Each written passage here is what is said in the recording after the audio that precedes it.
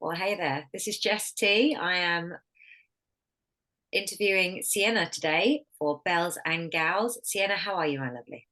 I'm doing so good. How are you? I'm really, really good. It's lovely to meet you.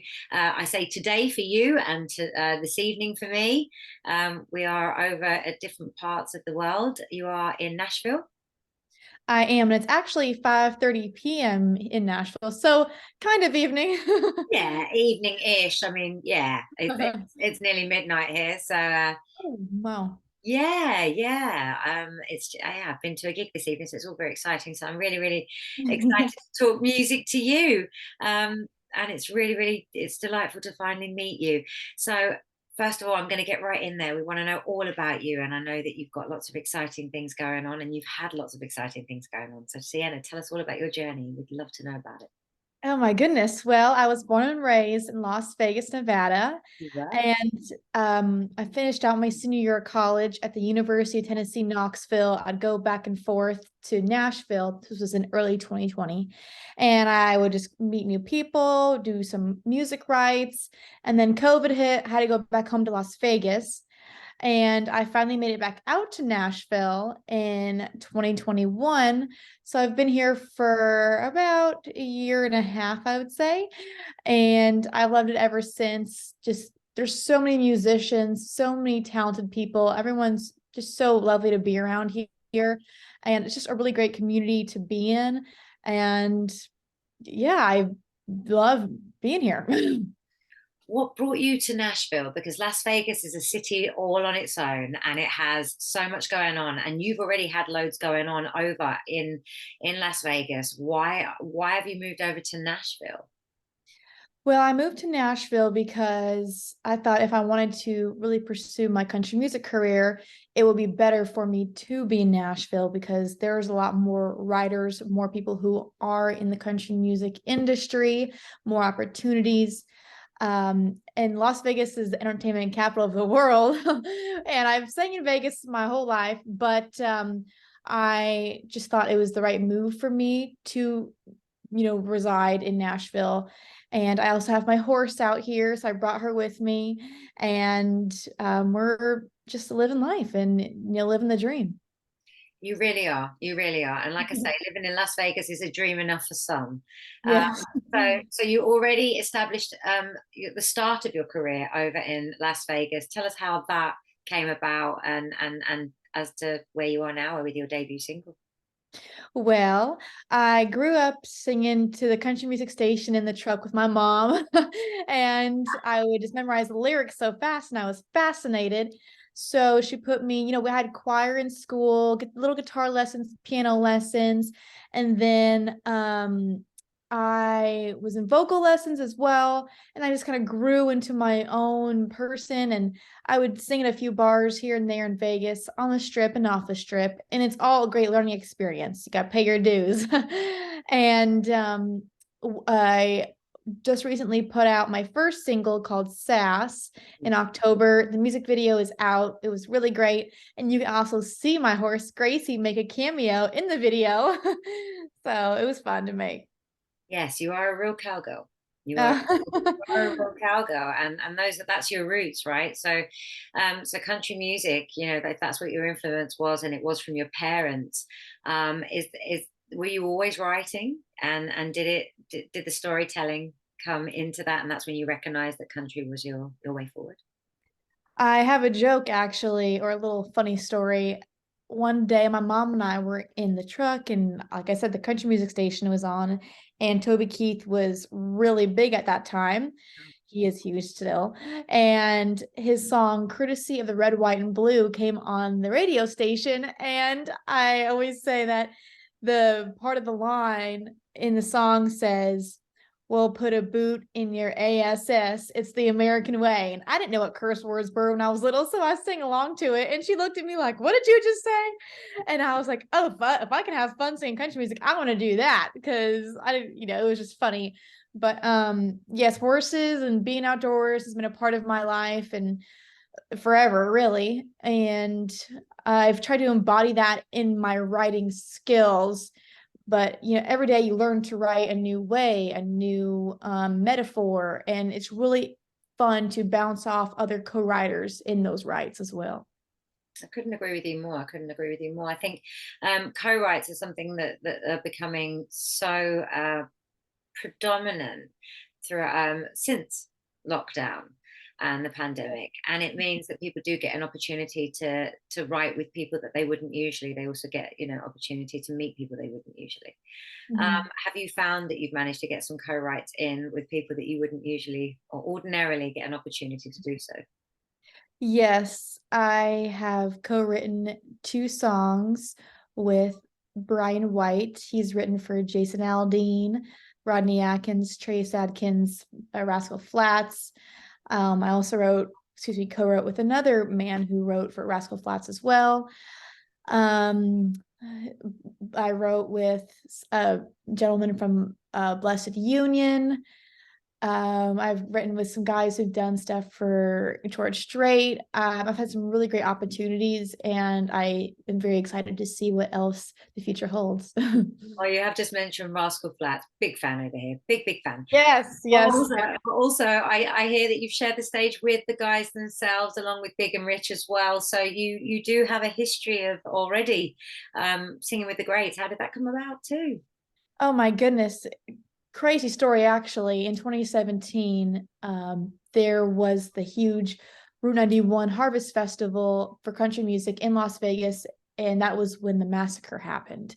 And I was actually at that festival, crazy enough.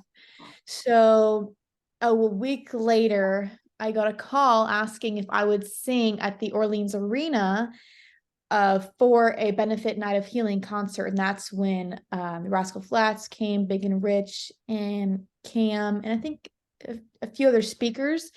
Um, and I'll say I was scared as to death to get up on that stage, 'cause just a week ago I saw Aldine, and all these other people go crazy and, bodies falling to the ground all over me, which is very terrifying. But um, I just got up on that stage to sing for all the fallen, all the people who had loved ones that were fallen and friends, and show that if I was there and I can sing in front of thousands of people a week later, then there's hope for all of us to grow and get stronger from that experience. And Vegas definitely came together as a one. But that's one of the experiences I had to sing with those folks, which was great. And it all kind of happened for the better. I'll say it's a tragedy, but good things came out of it. Yes, that's quite touching. I was there a few days just afterwards as well, so I was there and I saw. So that's quite potent to me. And thank you so much for sharing that, because what you did right there was a really good deed. And thank you for honoring everybody and being part of that benefit. Not only did you get to sing with such great artists, but you got to do it for such a worthy cause. So that's really. Yes, I was very excited. I sang the anthem to open the show, and it was empowering, and I'm glad I did it. You also have sung the anthem in other places too. I hear at the at the finals for the rodeo as well, which is just crazy. So you've had some real big events. How did that come about too? That's really exciting. Yes, ma'am. Just growing up in Las Vegas, and my dad, he used to be in the hotel and bar industry back in his day, and just my parents kind of growing up in Vegas as well. You just make so many connections, and this person knows that one. It's just one good old boy town, really. So when they heard people hearing, oh, well, their daughter can sing that, let them do that, or I make friends, and everyone just knows everybody. So I've gotten calls to sing at the Las Vegas Motor Speedway, to sing the anthem for the National Hot Rod Association, NASCAR. I've sang for professional bull riders. They have a tour that goes around Vegas, or stops in Vegas, excuse me. Some local rodeos. Um, Goodness, there's been a lot of a baseball game, basketball game, just all over. Yeah, that's fantastic, and something that you pinpointed previously in our conversation. You said, paying your dues, and I think that's really, really important. There's something there's something really, really imperative about having a level of experience on the music scene, and as you say, working in all different types of venues and all different types of places to all different types of crowds, and in order Yeah. to establish the artist as you are. And I can see that you've certainly done that at, you know, quite an early time in your career. So Sass, tell us about how that song was born into the world, because it really does have some bite. Oh, well, thank you. Just one day I was going to another one of my good friend and co-writers, Dawn Miggs, and we had chatted over the phone about the ideas we were going to work on that day. And when I got into the studio, we were talking about funny sayings that you would see on a t-shirt, or, trends people just vocalize. And he said, well, there's that one saying, tell me how you like that ass. What if it's tell me how you like that sass? And I said, that would be good. And I can go on a t-shirt or a ball cap. So let's write it. And I hadn't heard a fun girls' night out song in a while. So the song literally unfolded itself in front of us in 30 to 40 minutes. And yeah, it just happened. It birthed itself, really. That's really interesting. And I tell you why, because you've just said that the song was born from the title, and I'm always really intrigued about the writing process for different artists and how it works, because everyone has their own individual way of concocting their masterpiece. And so that's really interesting that you know, either it comes from an idea, or it comes from just, you know, starting to throw some lyrics together, or even just from a melody and then lyrics are born from there. But you got the title. We did. We had the title first, and then, like I said, it just Love unfolded itself. I love that. That's really, really cool. That's Yeah, we really, liked yeah. it. And how did it do? And how, you know, how was it received? Because I think it's a great, great track, and it really does give you, it gives the audience, or the listeners, an opportunity to decipher about you, and your identity. I think for my first single coming out, it did a great job at portraying who I am. I like to go out and have a great time with my girlfriends and be sassy. And, it's not always about having a guy around. Just be with your girlfriends, enjoy, live in the moment, and dance the night away. And I think we had a lot of fun, or I don't think I know we had a lot of fun writing it and recording it. It was just awesome. Well, that's the most important thing, and I do think you come forward and come across as, you know, quite explosive and lots of fun, which is great. What's coming next? What are your plans for 2023? I have a plan on releasing some more music, so I'm excited to share that with everybody. And let's see, maybe another video, but also always releasing more music. I want to share my voice and my stories through my songs with my listeners and the fans. And I've gotten a very good feedback from the Sass music video that is out as well. And I don't know if you've seen that, but we're just out in the middle of a pasture singing. And like I said, that is me. I just like to be outdoors. Having My so horse much was in fun. there. Yeah. So I mhm. can see that's the thing. I can see you know, you are having fun, and that's what we need. We need some lively fun. There's nothing wrong with that, and it's infectious. That's the most important The thing. world's too serious. Gotta take light of it. Absolutely, absolutely. I couldn't agree with you more. So, next single, do we have a date? Not particularly. We're thinking around late March, possibly. Okay, so we've got a timeline in mind to keep an eye out for you for Yep. new material. And do you have any resident places that you sing, so that, you know, people can come and see you if out in Nashville? Where do you work? Where do you sing?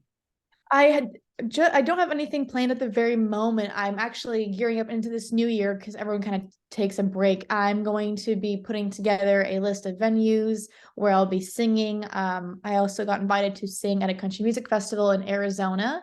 It's called Country Thunder. So if anyone in the US is going to Country Thunder, Arizona, come on by. And but like I said, I will be updating the listeners and viewers on where I will be on my social media. Fantastic. And it's Siena, Siena, which is an unusual spelling. I love it.